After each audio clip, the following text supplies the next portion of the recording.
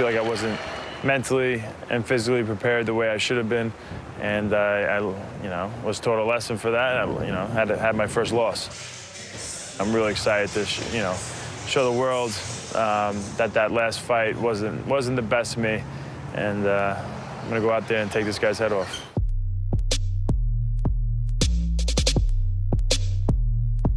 This fight is absolutely huge for me.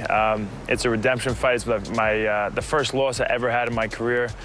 I was undefeated as a champion, defended my belt 4 times, and then I had my first loss, and it's against this guy, Luke Rockhold, who I have the opportunity to fight again on November 3rd.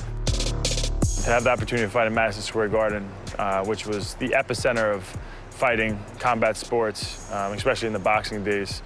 To be able to go out there and have my friends, family, and fans from the area be able to just come right in and enjoy my fight it's amazing. I want to make sure I make it a good night for everybody. Time. Good job. He's got a refuse to lose mentality, which is good, and it carries over. The harder he trains, the more confident he gets.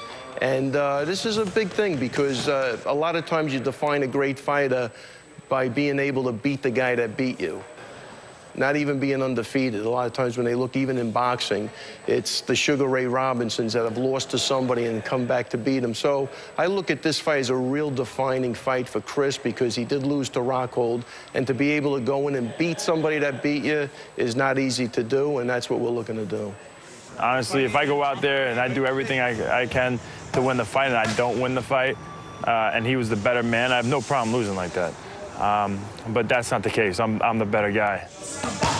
At the very root of every strategy is you want to play to your strengths and you want to play to that guy's weaknesses, whoever you're fighting. And just to keep it simple, we're going to play to all of Chris's strengths, and we're going to try to exploit whatever we think Rockhold is weak in.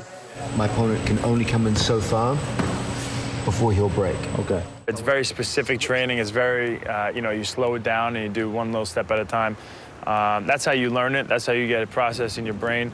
But you're going to see I'm going to be drilling that over and over again every single day, to where when I do get to the fight, it's not something where I'm thinking about, okay, my elbow's here, now I got to turn in.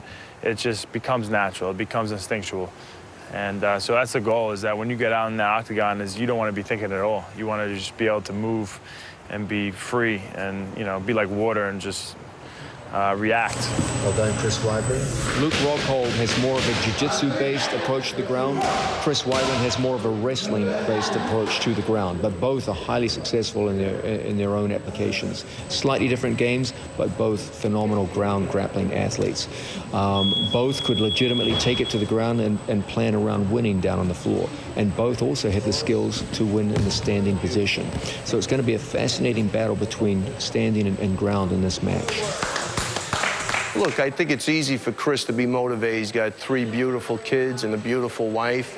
And I think he's, not only fighting for himself, I think he's fighting for the future of his family and to be able to provide for him the way he wants to. And I think that's enough motivation for him to want to win every fight from here on out. I just have goals I want to accomplish, and being a world champion and holding that belt as many times as I can is the goal. Being able to provide for my family, make as much money as I can, and get out. I visualize fighting Luke all the time. I visualize all the situations that could occur, all day long before I go to bed, as I'm falling asleep.